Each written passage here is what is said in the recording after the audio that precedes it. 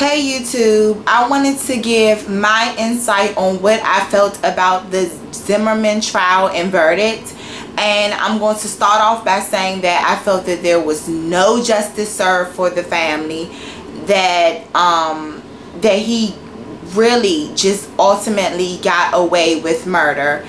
I don't understand how you can try to say that you are defending yourself. It's a self-defense case when you are the pursuer of the other person. Another thing that I want to touch on is that people are kind of half and half when it comes to a race issue. Is this a racist sort of case? And I feel that race does play a part in this trial and just in how everything unfolded, period.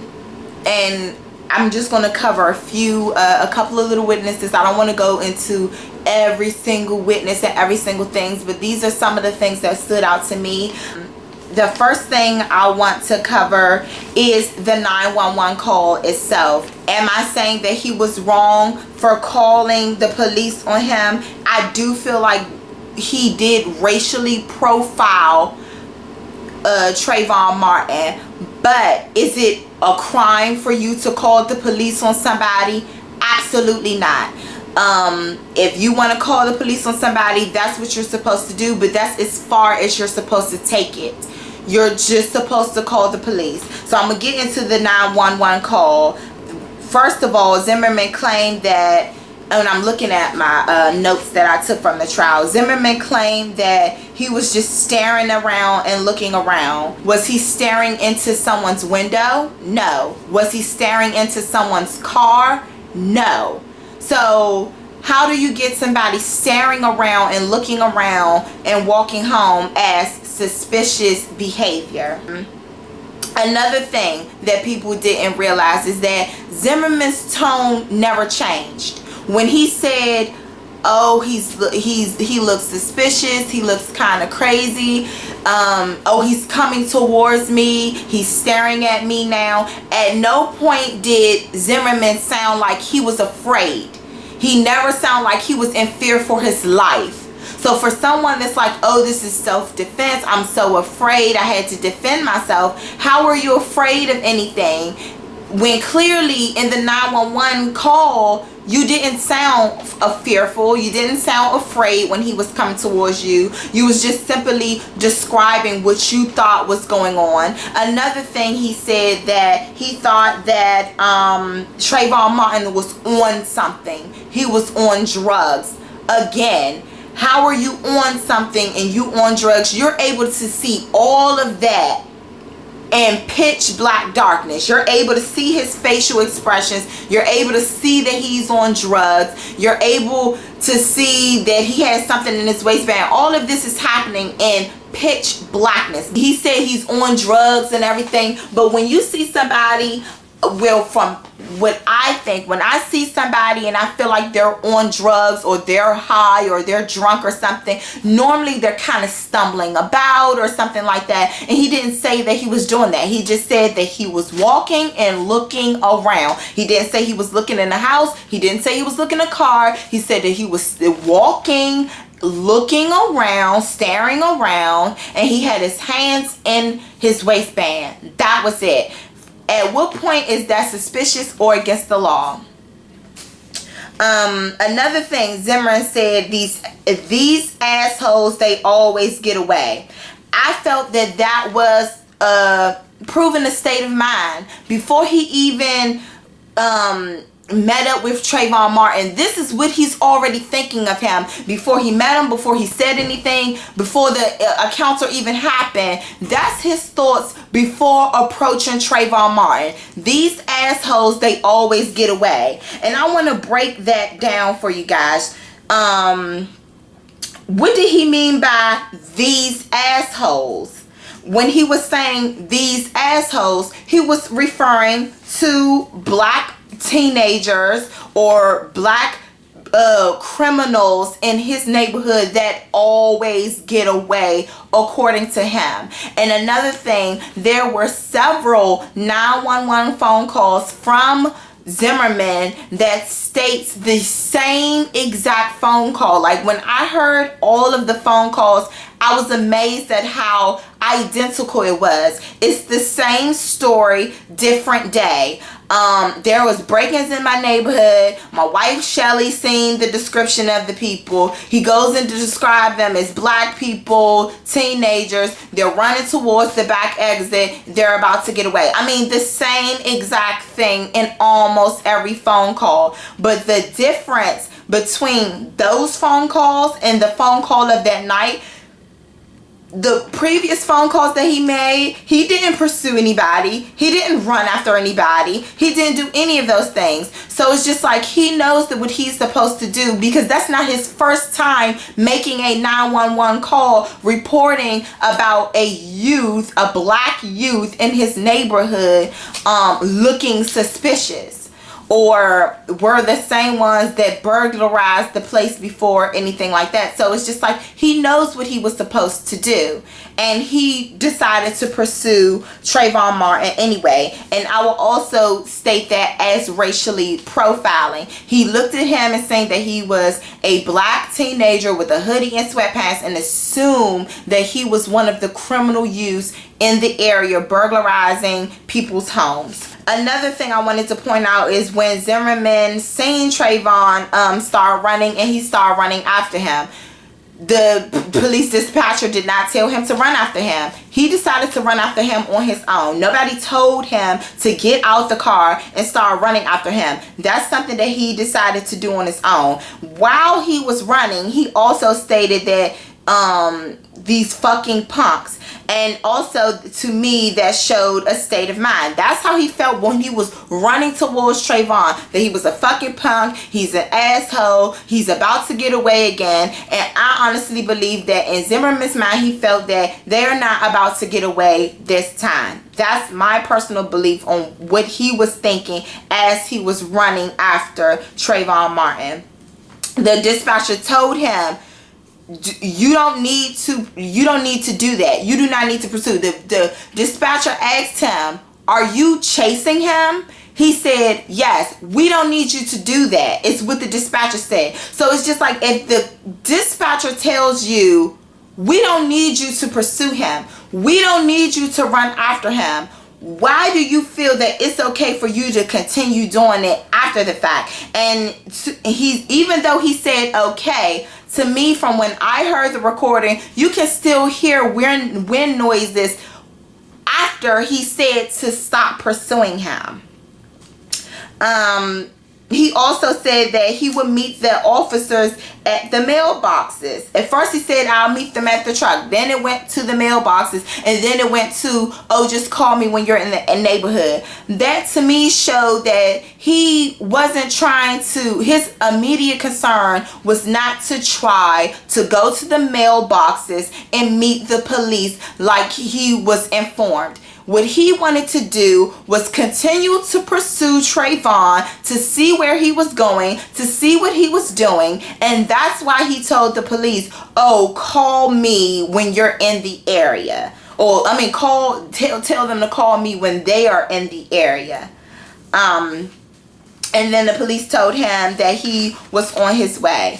So another thing I wanted to touch on was the 7-Eleven worker. I forgot his exact name. But it's just like, if Trayvon Martin was on drugs, he was high on something, all of these things that Zimmerman claimed, don't you think that the 7-Eleven worker would have noticed if he was high, he was on drugs, he was onto something, because he would have stood out to him?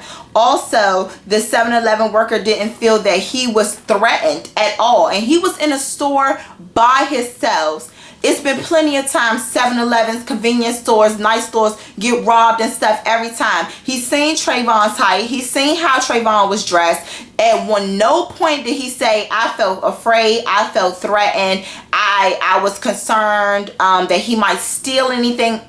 Even when it took Trayvon Martin a while to get the money out of his pocket, he still did not feel that Trayvon Martin was about to commit some sort of illegal act towards him. He still did not feel like he was threatened in any type of way.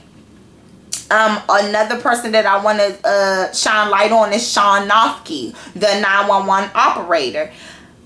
He identified the call as routine, which also means non-threatening. So if this was so much of a high security, he's burglarized, or he thinks he's about to do something, then he would have put in his report that he felt that this needed immediate attention, that somebody needed to immediately go out there, and that wasn't the case also because of Zimmerman's tone. If Zimmerman was sounding afraid, if he was kind of panicky, if he felt that there was immediate need for police attention, I'm pretty sure that they would have immediately bumped up the status of the call and sent somebody out there right away, because they felt that there is immediate need and immediate danger towards Zimmerman, which there was not. Again, he told him not to pursue. He didn't stay on the phone with Zimmerman. Most of the time, if someone's in danger, if it's an immediate threat to somebody, the 911 dispatcher is going to stay on the phone with you. Again, there was no immediate threat or danger towards George Zimmerman. So that's why it was categorized as a routine, non-threatening call. And then he ultimately said that he would send someone over. He would send a police officer over. Another person I wanted to talk about was Wendy Dorval. She was the neighborhood watch sort of person that comes into the neighborhoods to talk about neighborhood watch. And that's another thing that I wanted to touch on, because in the meeting it says, she tells them and expresses to him, and to everyone, not just him, but do not pursue or confront someone. They said that in the neighborhood watch meeting, do not pursue or confront anybody. You're not the police. That's the police's job. Your job is to be the eyes and the ears of the neighborhood. And that's exactly what it sounds like. Eyes and ears. You're supposed to be listening and watching, not pursuing, not confronting, not following, listening and watching. And what you're supposed to do is call the police and report. Observe and report. That's your job. That's it. That's all that the neighborhood watch meetings and the neighborhood staff tells you to do. Another thing, George Zimmerman was the neighborhood watch coordinator, and what the coordinator is responsible for is assembling the neighborhood, getting people to come to the meetings, organizing classes that they feel that they might need to cover for the neighborhood, and things of that nature, passing out flyers and things of that such. So he wasn't, and he was also responsible for designating block captains and things like that, which he never did. Never designated a block captain. He, it just never really got off foot to me how it was supposed to. At least not at that moment. Zimmerman was given additional rules about the duties and responsibility of neighborhood watch because he was the neighborhood watch coordinator. So again, that shows that Zimmerman knows exactly what he was supposed to be doing for when you see sort of behavior like this or suspicious activity, according to him, exactly what you're supposed to do. And again, he's done it before. Let's keep that in mind. This isn't the first time he's called the police to report suspicious activity. So he knows exactly what he's supposed to do. They also tell you what are the reasons for you to call 911. In the neighborhood watch presentation, they said call 911 if your property, your liberty, or yourself is in physical danger. Was Zimmerman's property in danger? No. He didn't say that Trayvon Martin was peeking in windows, peeking in his car window, peeking in house windows. that wasn't an issue. So property wasn't an issue, your liberty wasn't an issue, and your physical danger was not an issue. Because how can your physical danger be an issue as you were supposed to be in your vehicle? So first of all, you already have advantage because you're in a vehicle and he's outside walking. So your physical danger is not a problem. That's one. Two, when you got out of the car and start pursuing after him, you at that point is the aggressor. You're not supposed to follow or pursue. They told you that in the meeting. They tell you that all the time. Anybody, honestly, to me, knows that that's not what you're supposed to do. And if you do choose to do that, you are putting yourself, and let's put a key emphasis on that, you are putting yourself in a physical danger if you choose to pursue and go after somebody else. There was no physical danger present during the altercation to you yourself go up to somebody. And I'm not talking about the Trayvon Martin situation, but I'm talking about in general. You yourself is putting yourself in danger if you go and follow and pursue anybody. He was also offered a citizen on patrol position, which he declined. And if he didn't decline, if he would have accepted, he would have had the proper uniform and equipment to clearly show that he was the neighborhood watch. And that's another thing that I also felt was a big issue. He, at no point did you hear him identified even to the dispatcher that he was neighborhood watch. No one knew that he was neighborhood watch coordinator or anything until after the fact.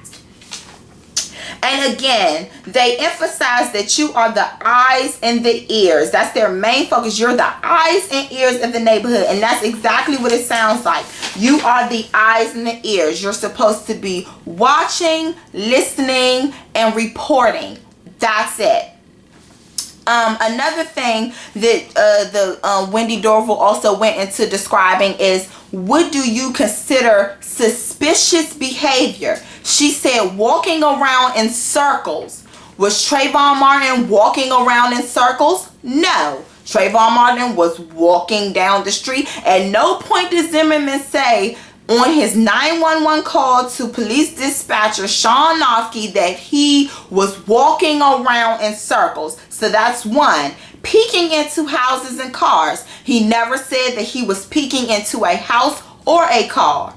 Another thing, and it seems like they are hiding. He never said, oh, he looks like he's hiding. He looks like he's not trying to be seen. These are the words that she described as suspicious behavior. So at that point, that brings me back to the racial profiling. Because if, according to the neighborhood watch, Wendy Dorval, the one who did the presentation, if that's not according to what she said, nothing that was considered suspicious behavior was reported to Sean Nofke on the recording. All they said was, all he claimed was that he looked high and that he was on to something. And again, how can you see that in the pitch dark that he's high and he's on something? The reason why I honestly believe that George Zimmerman even said that Trayvon Martin was on drugs is because he wasn't doing anything that would be considered suspicious. So he had to add something, which I'm saying that he was lying,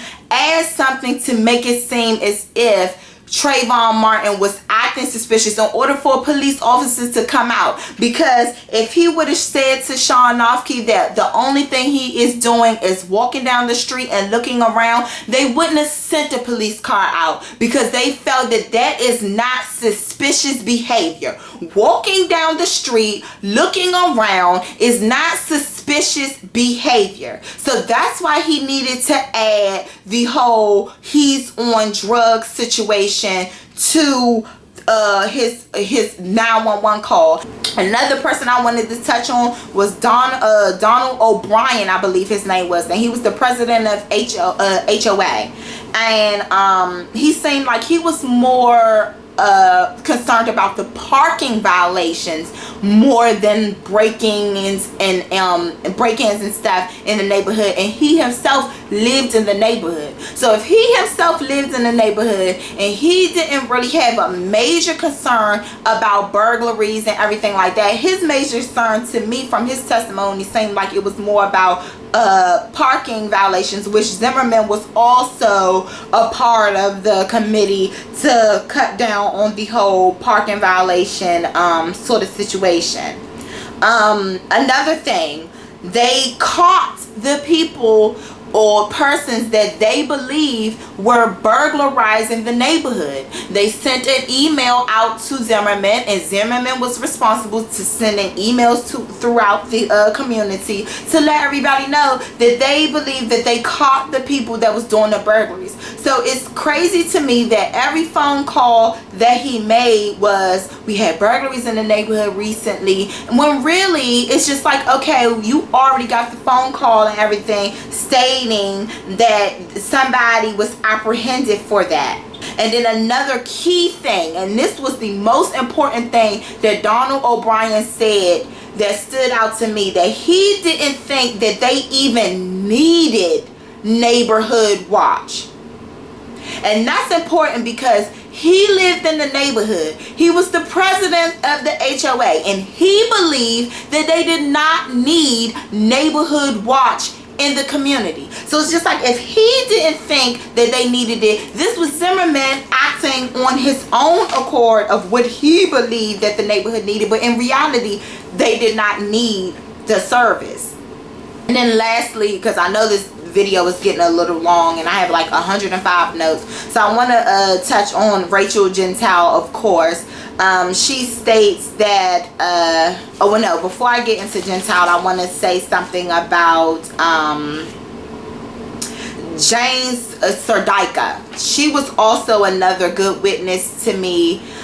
She said that she heard she said that she heard a very loud, more aggressive sort of tone of voice, and then she heard a smaller sort of voice, and then she also felt that it wasn't really a conversation and that the tone is really what stood out to her. She said she seen two people on the ground, one on top of the other. She seen two people shuffling around. She didn't say she seen arms wailing. She didn't say she seen a fight. She said she seen more so of them shuffling around like they were wrestling or something. No arms were swinging. And she also said that after the shots was fired, that Zimmerman started walking towards closer towards where she was observing. That's another good key point. He was walking towards where she was. She didn't say he was staggering. She didn't say that he was holding his head or his nose.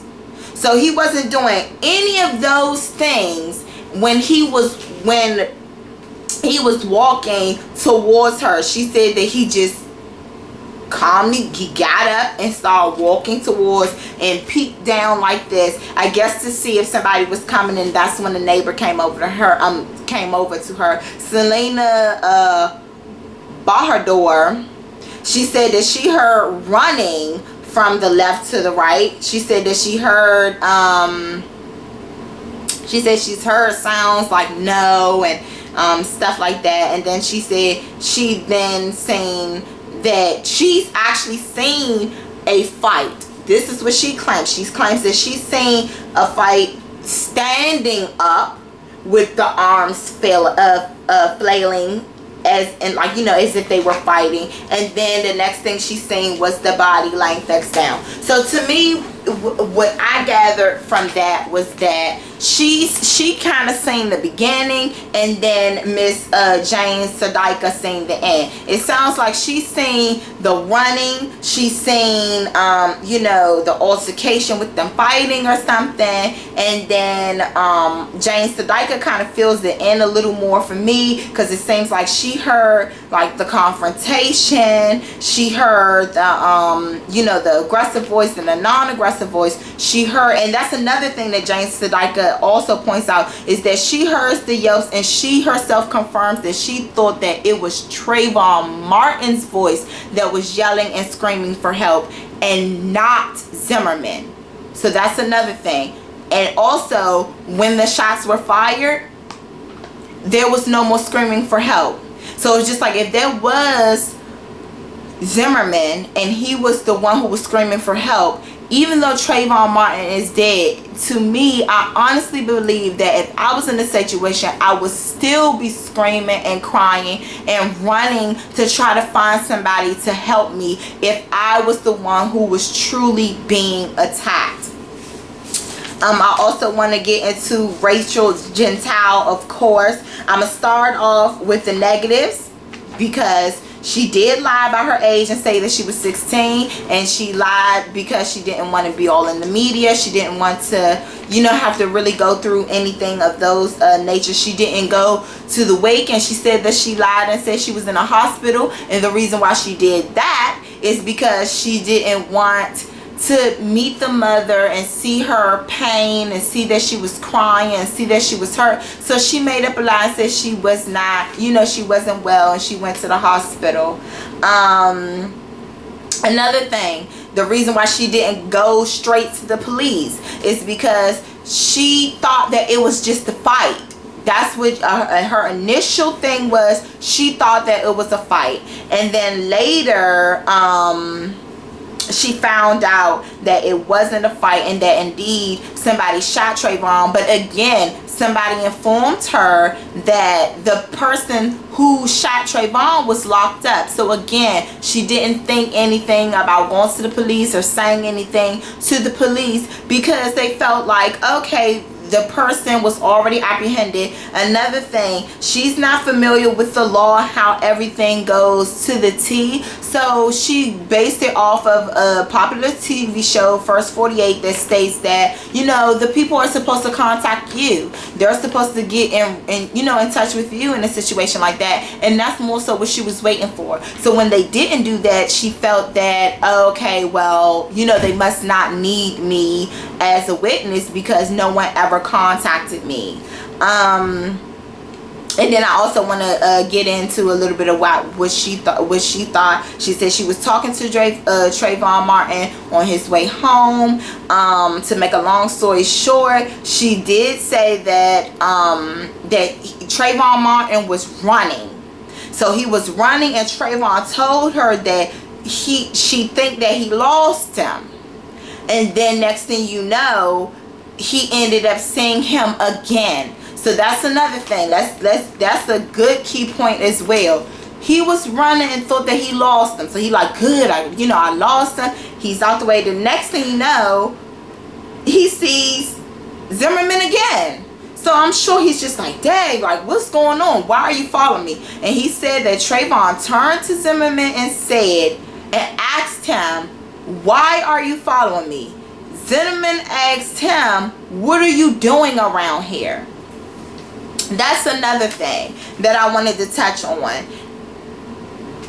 He can't be in the neighborhood, because that's what it's ultimately coming down to me, that Zimmerman feels that because you're young and because you're black, that you do not belong in the neighborhood, because it's a nice upstanding neighborhood. I've never seen you around here for. You have on a hoodie and sweatpants or whatever he thought he had on. So what are you doing around here? As if he don't have a legal right to be there, just like he has a right to be there. And again, he never identified himself as Neighborhood Watch. That's another thing that people need to pay attention to. Never identified himself as Neighborhood Watch.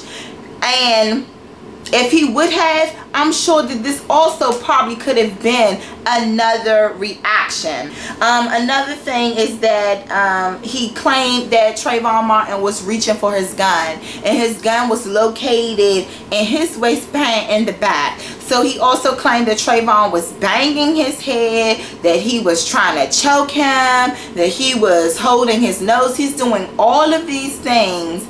And to me, I feel like if I was laying down on the ground, if somebody was choking me, trying to hold my nose, you know, you're doing all of this, and then it just doesn't make common sense. How is somebody banging your head on the ground, and you only got those little bit of scratches, versus it's like you would have had more serious injuries if somebody was banging your head on the ground. That's one. You would have either been unconscious, you certainly would have been not able to stand up upright and calmly walk somewhere. And then he even said it was like 25 times or something like that, I think. I'm not really sure. I have to look back on the facts on that. But you know, he's banging his head on the ground. Somebody's choking you and holding your nose. How is somebody able to choke you and hold your nose and stuff but yet you're still able to scream for help? And then it was clear, because some of the 911 calls, it's clear. It's a clear, loud yell for help. So if somebody is choking you, cutting off your airway, how are you able to scream and yell for help? It's not physically possible. Another thing about the gun. Your gun is back here. So you're trying to defend yourself, scream for help, stop him from choking you and banging your head, all while reaching for a gun. How is that even physically possible? How can you try to defend off somebody with your two hands and then have enough time to reach for a gun and shoot somebody? It's just not adding up to me. And I'm going to end it off by saying a quote that my mom always told me. Every action calls a reaction. If Zimmerman would have followed the guidelines that he knew that he was supposed to do, because he was on neighborhood watch, everything would be different. Trayvon Martin would still be alive to this day. If it wasn't for Zimmerman getting out of his car, if it wasn't for Zimmerman pursuing Trayvon Martin, if it wasn't for all of that happening, Trayvon Martin would still be alive to this day. But it's because Zimmerman chose to get out of his car, because Zimmerman chose to pursue after Trayvon Martin. Now this boy is dead because of what somebody, the negligence on their own part. Like, every action calls a reaction. If you would have stayed in that car, if you would have just called the police, report your little suspicious behavior, and gone about your business, Trayvon Martin would still be alive. So I just want to say that I just feel really sorry for the family, and it's just really painful and sad to see that justice was not served. It's sad to see that there is still racism in 2013. And then it's just also sad, even sadder for me, because I actually am a criminal justice major. And it hurts me because I feel like if that was me in this situation, it's like I'm defending this. Is this the law that I'm going to school to study for? Is this the sort of justice that I'm ultimately going to be a part of? Like, I really do feel like I am in the wrong field of work. Because if this is the sort of justice system that we have, I don't want to fight for that. This isn't justice here. Justice was not served during this trial. And it's just very sad and very unfortunate. And again, I just feel so bad for the family, because I have a son as well. And if that was my son and somebody was able to follow my son and shoot my child, and then your defense is self-defense when you are following after my child, I would have lost it. And then at the end of the day, he gets off scot-free with no jail time, not manslaughter, nothing. He just gets away with killing my child, racially profiling him, and he's dead. Like, no justice. No justice at all. So that's all I have to say about the matter. And I hope maybe they can file some other sort of civil rights suits or some other sort of suits, but it still feels like that's not the same as somebody going to jail for what they have done. You did the crime, you should do the time. Case in point. Alright guys, thanks for watching and listening, and I'll see you guys soon.